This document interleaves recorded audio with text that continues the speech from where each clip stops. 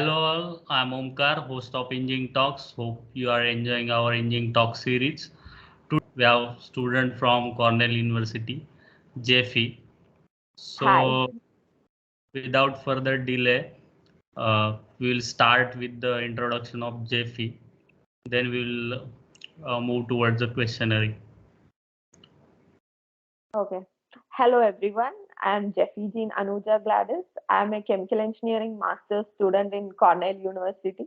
Prior to joining in Cornell, I was working in Coal India Limited. I graduated in chemical engineering in 2020 from TKM College of Engineering. After that, I joined Coal India Limited after a brief tenure of 2 years. Right now, I'm pursuing master's in chemical engineering with a specialization in renewable energy from Cornell University. Okay. So this is my first question, Jeffy. Can you highlight some major differences you experience in education in India and education in USA? You can address on the points like money, teachers, practical educations, exams, extracurriculars, and placements. Yeah, sure. So coming to the first point, money, it's obviously expensive compared to the Indian education. Masters in US is US or any other foreign country, it's really costly. I guess it's the most expensive in US. But I would see it as an investment because it do give that much returns once you graduate from an Ivy League university or any university in US. The exposure that you get, the kind of placements that you are offered, and the atmosphere in university, the learning environment, it's unparalleled. So I would say that the money you spend for a foreign master's is worth. Just see it as an investment in yourself. So I don't know the exact amount of the fees in India for masters. I guess it's different for different programs, so I cannot make a comparison. But obviously, it's very expensive here. Coming to teachers, uh, I don't know what to say. Teachers are supportive everywhere. Uh, I have been really lucky to get supportive teachers. Before coming to US, I was a little apprehensive. How would the professors be? But trust me, they are so friendly. They are so supportive. They never show any discrimination between US students and the international students. They are very accommodating. And you have office hours for all the professors wherein they set some hours, especially for doubt solving and whatever. So you can book these hours and have a one-to-one meeting with the professor wherein you can talk anything, whether you have some doubts regarding the subject or you want to talk something about your career or anything. So here it's like that you book an appointment and then you get to meet the professors. But I guess Yes. in India it was little more flexible.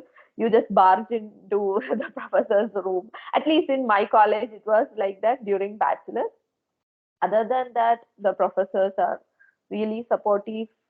And so here, another thing that I felt different is that back in India, uh, professors used to correct our exam papers. I guess in IITs they do it with TA, but still there would be the role of professors. But here it's more like you have graders who correct the answer papers, and then you have the TAs also. So what I mean to say is that you have lot of support system. If you cannot meet the professor, you can meet with the TA. He can also help you with the courses and what you got wrong. He can help you with the assignments. And then the graders correct the paper. And if we have any clarifications regarding the marks, obviously you can reach out to the professor. That's it about professors. And then coming to extracurricular activities, there is a lot of extracurricular activities. I don't know, I guess Cornell have more than 200 clubs for different kind of activities. Whatever your interest is on, you get a community here. So currently, I am not much into any of the clubs, though I am a part of CB Women, that is a community of chemical engineering women who are involved in the masters and PhD program. Other than that, you have a lot of dance clubs for clubs from different parts of the world. So yeah, Cornell do promote a lot of extracurricular activities. And then coming to the exams. So exams were a big surprise for me because I feel in India we still have a traditional system of learning things by heart, then memorizing it and just putting it into your exam paper. Uh, our result just depends on that big day, how you perform on your exam day. But here it's not like that. The exams are taken in a rather chill manner. You are allowed to take some notes. At times, the exams are completely open book, wherein you are allowed to take all the notebooks, whatever course materials you want, PPTs, all those things. Only thing is that you are not permitted to use the internet.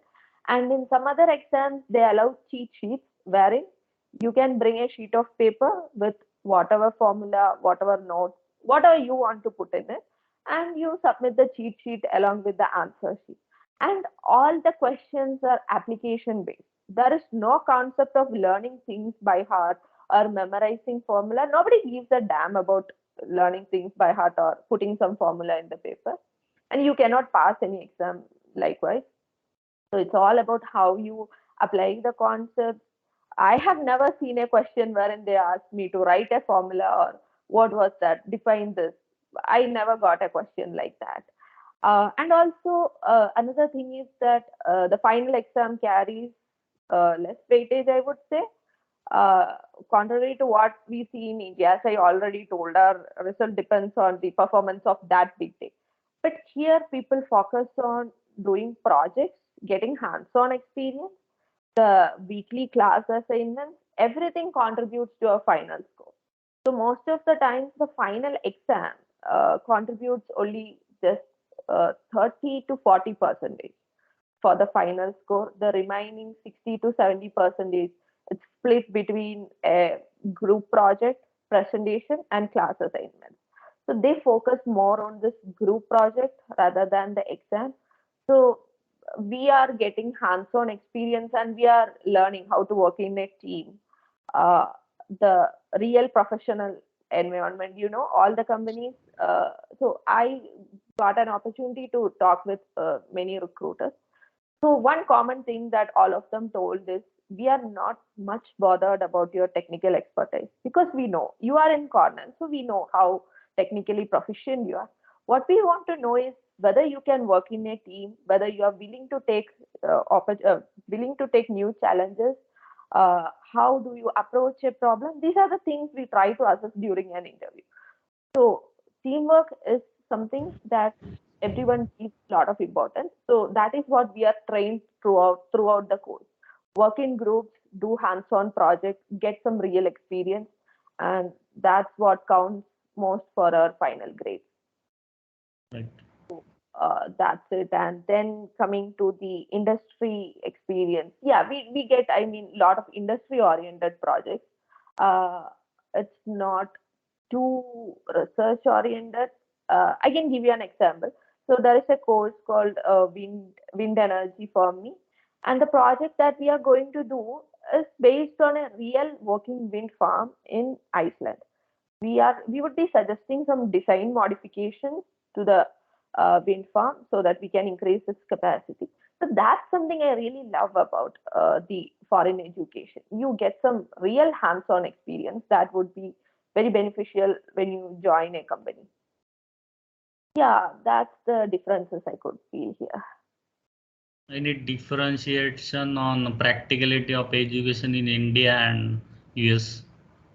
Yeah, exactly. That's what I meant. So in India, it's too much into courses, what you learn and what you perform in your exam. But here, it's more into doing these kind of practical stuff, getting hands-on experience by doing industry-related projects, and you get to collaborate with industries as well. So I guess Pfizer has a project in association with our chemical engineering department wherein we are trying to do some data modeling for them. Uh, I don't know the details because I'm not into data modeling. I'm into renewable energy. So yeah, that's how the projects work here. And yeah, we had two other projects. One was developing a geothermal energy system in Cornell campus, and another was setting some renewable energy in Cornell. I mean, we were trying to extract a part of the Cornell's energy resources from renewable energy. Already we have, but we are trying to further extend it. So that's the beauty of the projects here. You get to do some hands-on experience rather than working in a lab and doing things in an ideal condition. And regarding placements, placements are also a bit different from what we see in India. So the companies come to our college. So they gave a brief introduction about themselves. What is the work culture, how it is working in that particular company, and what are the roles available. And then you network with these people, you get their contacts, and you send their resume, arrange an interview with them. So it happens like that. There isn't a mass placement drive like we see in the Indian colleges. So Correct. the placement here happens mostly through these kind of info sessions and networking events. Correct. My next question is why do you left ISM and then joining Coal India and then after Coal India again masters for Cornell? Uh, so I gave the Coal India exam in March, March 2020, just before the lockdown. And shortly afterwards, I got admitted to ISM Dhanbad through my GATE score. Uh, so the Coal India recruitment got delayed because of the COVID-19 outbreak. And I think yeah, I was in my third semester when I received the appointment letter for Coal India, and I tried to convince my professors that I could continue it. I mean, allow me to continue the fourth semester because there was only my project part left. But the policies of ISM Dhanbad was little different. That they were not allowing us to continue along with a full time job, and there was no option to take a break as well. I tried that option as well.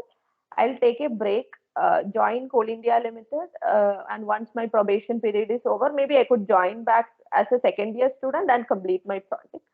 But probably I don't. I won't say my bad luck, but those options were not available that time. So I had to join Coal India Limited, and it was my dream to get into a PSU. So obviously I couldn't leave Coal India Limited as well, and I felt that was the best thing to do. Get a job. That was a time when job market was dull as well. So I joined Coal India Limited.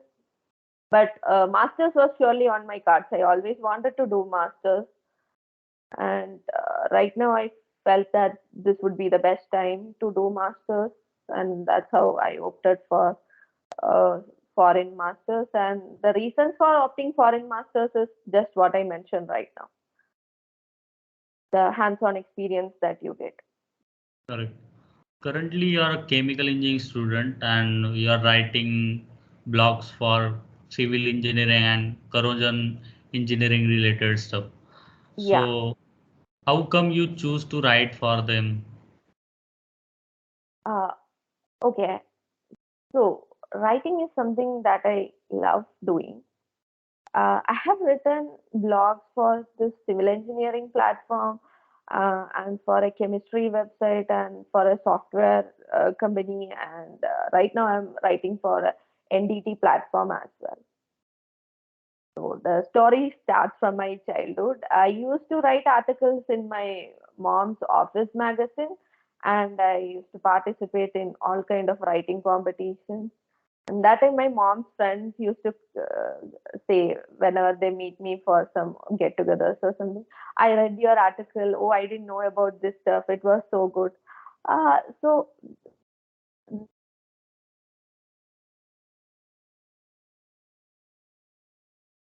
2021, that I found this writing opportunity from LinkedIn. I wanted to uh, expand my writing. I felt that writing online would give me more audience. I would be able to reach more people. So I got this opportunity from LinkedIn, and I always tell people explore LinkedIn. There is a LinkedIn is a gold mine. You get a lot of opportunities. So first I started writing some civil engineering blogs, and initially I was really intimidated. I felt that I wouldn't be able to write something civil engineering stuff, but I was able to. Something I understood is that ultimately it boils down to your content research. Once you get a thorough idea of what you have to write, you can write it beautifully. And in Invincible World, I evolved as a writer. All I knew was how to write, but I never knew how to write a blog or how to write a LinkedIn post, how to do the SEO. So it's in Invincible World that I learned these aspects. And then afterwards, I started posting content in LinkedIn, and I got a really amazing response. So once a person commented in my post, "Ma'am, I had an exam on corrosion today. Your post helped me a lot in preparing. Actually, I hadn't prepared that much, but I had gone through your post, so I could, do the exam really well." And that was so much motivating, and I received a lot of DMs saying that your content had been helpful. I understood that. I understood this. So this gives me more motivation to write the corrosion related stuff, and I feel that I am able to reach people. I reach more people. I'm able to provide some value. That's the motivation behind writing. Right. It's been 2 months there in USA. Tell me the immediate change of culture you observed and what you felt different there. And are you missing home already? Yeah, it's been a cultural shock. The culture is too different. The first one being food. Uh, you you are exposed to a totally different kind of cuisine. So I believe in India we tend to cook most of the stuff, and that too we use a lot of spices and other stuff. But here people are not that much into cooking.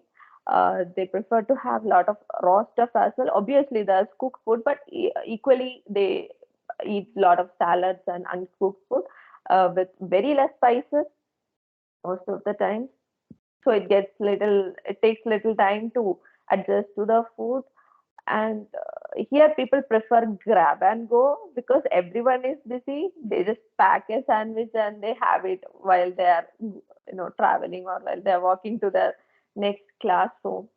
So that's something really different. And when it comes to the transportation, uh, the public transportation here is, I would say people don't prefer public transportation.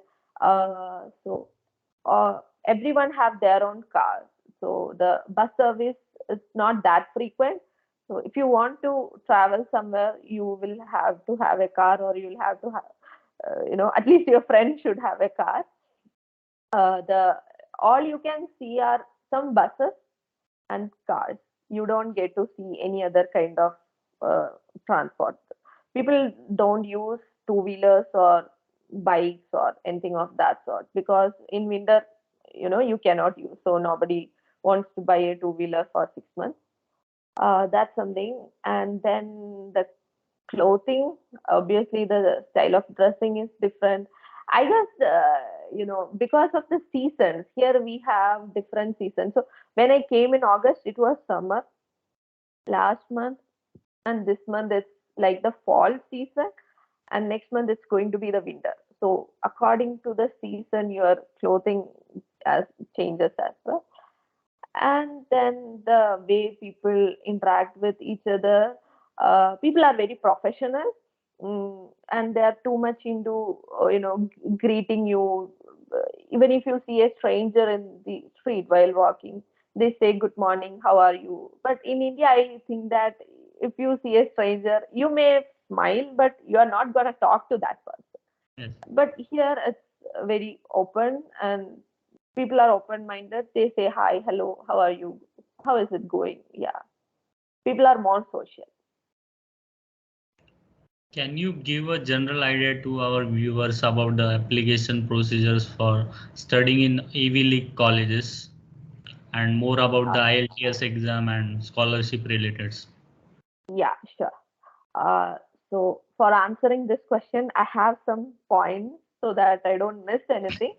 I hope you don't mind me looking. Yes. Uh, so the first thing is that I would suggest you clear the IELTS exam and GRE first. So for some of the universities, the GRE exam is waived off, but some universities still want the GRE. But IELTS is mandatory. So the first thing I would suggest is finish your IELTS exam by July. If you are going for a fall intake, the fall intake usually happens in August. So if you're planning for the fall intake of next year, you will have to start the preparations the previous year itself. So I joined 2 months before, but I gave my IELTS exam during last October, and I started applying around that time. But I would never suggest that you wait till October. I was late. I got late because of some personal problems, and I was doing MBA through IGNOU. So I was having MBA exams in around July, and somehow it got late. So the best thing is that you finish your IELTS exam by July, and in August you prepare your SOP, statement of purpose, the LORs, letter of recommendation. So it's always better to get three LORs, two academic LORs and one professional LOR if you're working. Otherwise, you can have three academic LORs. Get these three things done, and your resume as well. Update your resume. Make an academic resume. It's a little bit different from a professional resume. And then uh, side by side, you can start shortlisting the universities as well. So, few tips for writing a SOP. Be honest. Don't try to bluff, because you may have an interview for some universities, and then it's going to be difficult if they ask you some stuff which you haven't done. And preparing an SOP is difficult. It may feel little intimidating. There has been days when I would sit down to write, and I wouldn't be able to write more than 2 lines, because I don't know if everyone has this problem. But when we try to write something about ourselves, that too when we want to present to someone else, it gets little difficult. So I would suggest first you prepare a list of things that you have done, the extracurricular activities, your achievements, your projects, internships. So SOP is all about.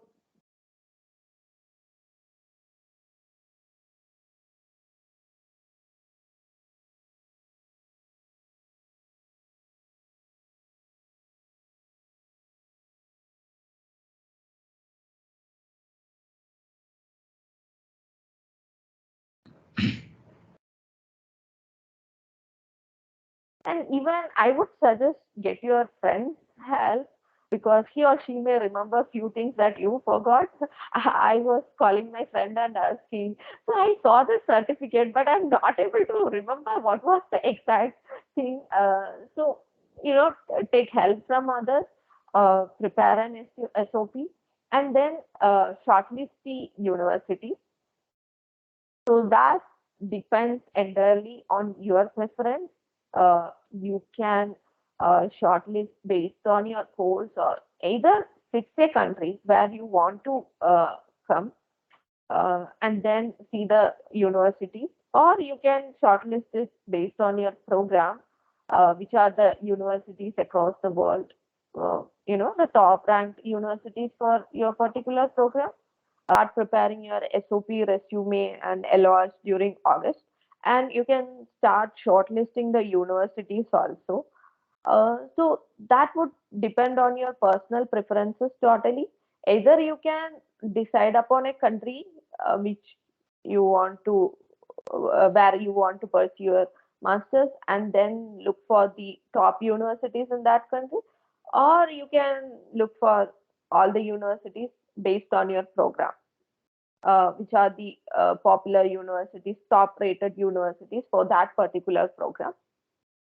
And you could also just go to their website and look at the research work that is going, and the scholarships offered by that university, what would be the cost of living in that particular city, all those stuff. So it depends on a lot of factors. So once you are ready with all these things, you can start applying to different universities during September. uh, I would suggest that you start applying as soon as the universities open their applications, because early admits do get an advantage over others. Once you are ready with all these things by August, you are free. Otherwise, it's difficult to manage all the things. You have to prepare a SOP, you have to apply as well. So always try to apply at the earliest as soon as the application opens. And also one more thing regarding SOP would be prepare a master SOP of 2,500 words approximately, in which you describe your all qualities and whatever you have done. And then each university has a different requirement for SOP. Some ask for a 500 words SOP, some ask for a 1,000 words SOP. So it's not possible to make an SOP for each university. If you have a master SOP, you can just extract the relevant portions and edit accordingly. That would be an easier process rather than starting from scratch for each university. The application process is pretty simple. You just have to fill the form. They ask for all your details right from the 10th standard. You will have to upload your SOP, resume, and all those stuff. It's little time consuming, but doable. So by September to October, if you can finish your application process, then it would be well and good. So for shortlisting the universities, the strategy that I used and the most suggested strategy is that apply to minimum 10 universities, out of which 3 universities should be top tier universities. The three should be, I won't say bottom, but rather easy to get universities, in which you are sure that, yeah, according to my GPA and resume, I'll get it. I'll get in this university. So you have a lot of websites which, college predictor websites, international university predictor websites, wherein you can get data, previous year data about what kind of students got into particular universities and what are your chances. So based on that, apply to 3 universities wherein you are sure, and then the remaining four can be good universities, rather good ones, with moderate chances of getting, or I would say more than 60 to 70% chances of getting. So I had applied to University of Manchester, 3 programs in University of Manchester, then University of Birmingham, both from UK, then Cornell University and Columbia University in US, then University of Toronto, University of Western Ontario, University of Waterloo, University of Ottawa, and McGill in Canada, out of which I received admits from Manchester, 3 programs, then Birmingham, Cornell, Columbia, Ottawa, University of Toronto, Western Ontario, and one more, I guess, and Waterloo. So I received early admit for Manchester, and most of the universities I received early admit. So that's the benefit of applying early. You get some weightage and you get the results as well earlier. So that gives you time to prepare for your visa interview and all other funding stuff. And after getting all these offer letters, it was little difficult to decide which university. And at the end, it was like Cornell versus Columbia, and it was a controversial topic. I guess I received my admits to both Columbia and Cornell on same day. It was more like a birthday gift. So my birthday is on 10th February, and these offer letters came on 9th February. One came at 11 p.m. and the other came at 4 a.m. in the morning.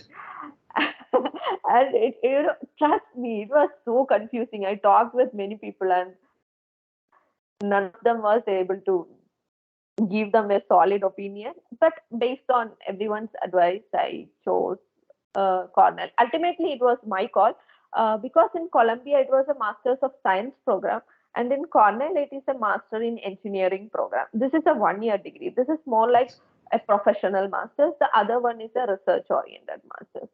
So I want to go into a professional setting. So that's why I finally ended up choosing this MNG in Cornell. And both are like Ivy League universities with almost the same QS ranking, somewhere around 16, 17. So, so once you finalize your university, then you will have to pay a deposit amount, and that confirms your admission. So once you pay this deposit amount, you can start with the funding process. So in my case, I have taken an education loan. So it's like 50% education loan and 50% from my personal savings and from my parents' savings. It's up to you how you wish to fund your program. But what I would like to say is that many students are little apprehensive regarding the funding part. But trust me, there are a lot of financial institutions and banks which are willing to, give you an education loan. And for premium institutions, like the ones in top 50 QS rankings or top 100, I guess all the banks have a list of premium institutions. So if your institution falls into that premium list, it's easier to get an education loan. So you get some kind of weightage in the loan processing and all other stuff. And also I started looking for scholarships. So some of the scholarships that's available for foreign education. The most prestigious one is JN Tata Endowment for foreign education of Indian students. Then you have Narotam Sekhsaria Foundation Scholarship, and you have KC Mahindra, and also you have Aga Khan Foundation. Oh, I'm not able to remember. So you have a couple of scholarships, uh, and the scholarship applying to scholarship is another big part. It's just like applying to the universities, or even more difficult, I would say, because all these scholarships have 4 to 5 rounds. Only if you clear all these rounds, you get selected, and it was little difficult to manage with a full-time job. So I was working in Coal India Limited while I was doing all these things, but I managed somehow. So the first process for applying to a scholarship is that again you have to prepare an SOP and LOR tailored for the scholarship. Please don't try to use the same one. I mean, you can use the content, but you will have to modify it according to the scholarship requirements. And along, so this would be around February to March. And in March, you can start with the visa process as well, applying for a visa. And then the JN Tata for JN Tata scholarship, there were, I guess, 4 rounds. So the first one was an application, and you submit your LOR and SOP. The second one was a written test, wherein it was more like a CAT exam. They assess your mental ability and language skills. The third round was, I guess, it was the write-up. uh, yeah, you had to submit some documents. And yeah, for JN Data, it was in the third round that we had to submit the LR. Then the fourth round was a technical interview. And again, the fifth round, I won't say the fifth round, it was, I would say, the fifth stage. So the main weightage for JN Data interview, JN Data scholarship lies on your technical interview. It's a very rigorous process wherein a panel of people from JN Tata would be interviewing you. They would literally grill you based on what you have, studied during your bachelor's and what you want to do. They want to know that if you are really interested into masters and you know what you want to do in life. And the fifth stage is one with your parents, wherein again you have to show some documents and the proof that for you are going to pursue the masters. And for Narotam Sekhsaria also, it was almost the same thing. There were 4 rounds, and uh, unfortunately, I wasn't selected for the Narotam Sekhsaria scholarship, though I had reached the final round. But for JN Tata, I got selected and I got 10 lakh rupees as scholarship. And also, they provide some partial, flight charge assistance. And the advantage with the JN Tata scholarship is that you once you receive the JN Tata scholarship, you can apply it for the next year also, along with your master's first semester grade card. So that time it's a direct application. Once you got the scholarship in the previous year, they just consider you directly. So that's it with the scholarship. And for different programs there are different scholarships. For arts and other subjects there were few others, but I don't remember the name. These are for the engineering students, STEM, especially STEM. So after this you go with the visa process, uh, fill the DS-160. So I am being little, I am talking about the US visa process. The DS-160, pay the visa fees. It's almost similar for other countries, but I don't think it's as stringent as it is for visa. Sorry, for USA. For USA, getting the visa slots, it's little difficult. But once you finish doing all these things, if you fill the DS-160 form and submit it by April, the visa slots open in May. You can easily get a visa slot, and the visa interview would be somewhere around June. Uh, so it's a common, I cannot say myth, but it's people say that it's difficult to get a US visa. But if you are going to any of the premium institutions, an Ivy League university, they are never gonna reject your visa unless you have some personal allegations or some crime records in your name. If you don't have anything of that sort, then you're good to go. My visa interview lasted for just 5 minutes, I would say. They would ask you about your program, what subject, which university, and how are you funding. They're mostly, looking at your funding. So if you have sufficient funding, then you are good to go. And yeah, that's it. You get your visa approved around June, and then July is the time to enjoy with your family. And August, I came to US on August 15th. Ironically, the Independence Day of India. Yeah, that's it about the whole process. It's a year-long process, but trust me, what you get at the end is something that you would cherish for your whole lifetime. Correct. So thank Jefy for this point-wise explanation. Hope this will help all the aspirants in India. Yeah, so I have been receiving lot of DMs regarding the application process and all those stuff. I would be really happy to help. Whoever have some doubts, they can just send me an email or send a message in LinkedIn. I would be happy to share my journey and my suggestions. One question related to content writing. Yeah, sure. Is writing is your hobby or passion, and why? Uh, so as I already mentioned, writing is my passion. It's something that I have been doing since school days. And I'm someone who believes in the power of words. And once I started posting content on LinkedIn, and then once I started writing blogs, I understood the transformative power of words and the number of people I am able to reach. So as long as I'm able to provide some value, I'd be really happy to do that. And uh, when I receive feedback from others that your content had been really helpful, yeah, we understood this stuff from your post. You have put it in a very beautiful manner. So I believe that I am able to express the content in such a manner that everyone is able to understand that easily. So yeah, content writing is my passion. since I'm able to reach a lot of people and provide value to them.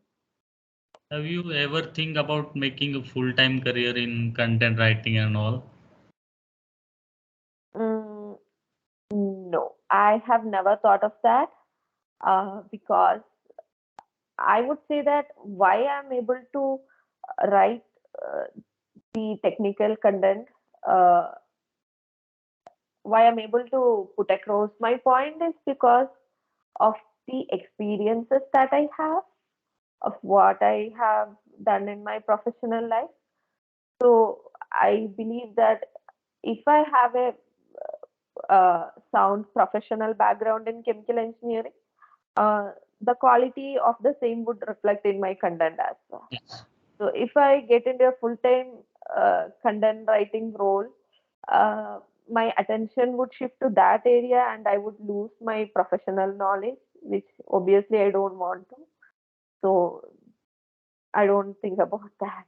But Yes. I would always love to share my experiences and my technical knowledge to people through my content. Okay. How you come to manage studying and content writing, both the things? Mm. So I believe that time management is all about prioritizing.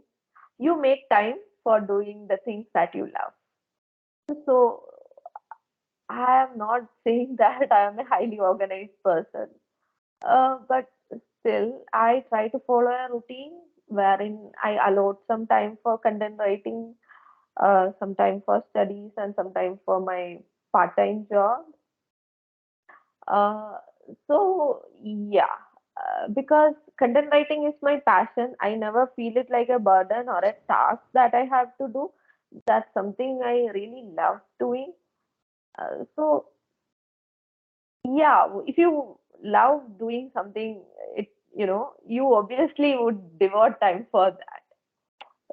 But I'm sorry, I'm not able to give a proper answer. But it's content writing is a part of my daily routine. That's it. Yes, that's same with me. Yeah.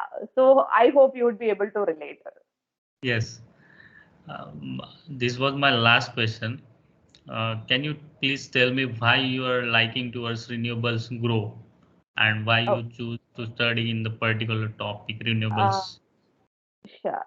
So renewable energy is going to be the future of our planet. I told that I was working in Coal India Limited, and it's in Coal India Limited that I understood how polluting um, source of energy coal is. And even in 2023, India is depending on such a polluting source of energy for 65% of its energy needs, which is not sustainable at all. And we cannot go ahead with this level of pollution.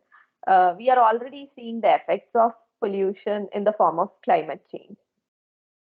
So, also, I feel that India lacks in some technical expertise for developing renewables, though we have abundant potential, especially in case of solar energy. India being a tropical country, we still lack the technical expertise, and we don't have domestic manufacturing of solar cells. Also, all over the world, almost all the countries are trying to switch to renewables. The renewable energy goal for India is to, reduce the carbon footprint to zero by 2070 and attain at least half of our energy needs through renewable energy by 2030. So I see great potential for renewable energy in the future, and that is somewhere that is a way through which I can contribute to my country. So that's how I got interested in renewable energy. Renewable energy is the need of the hour. Correct. So you are planning to do a job in India after the masters. Mm, I haven't decided upon it yet. Probably I would prefer getting some exposure to renewable energy in US. What are the renewable energy technologies? Get to know them, and bring back that technology and how I can develop those kind of technologies in Indian setting. That is something I would like to do. Mm, I would take it as how the opportunities come across my way. Correct. So thank you, Jeffy. Thanks for your time from busy schedule. Thank you. Thank you so much. It was a wonderful experience. I'm glad that I could share my experience with Yes. at least few people and it would be beneficial for them. Yes.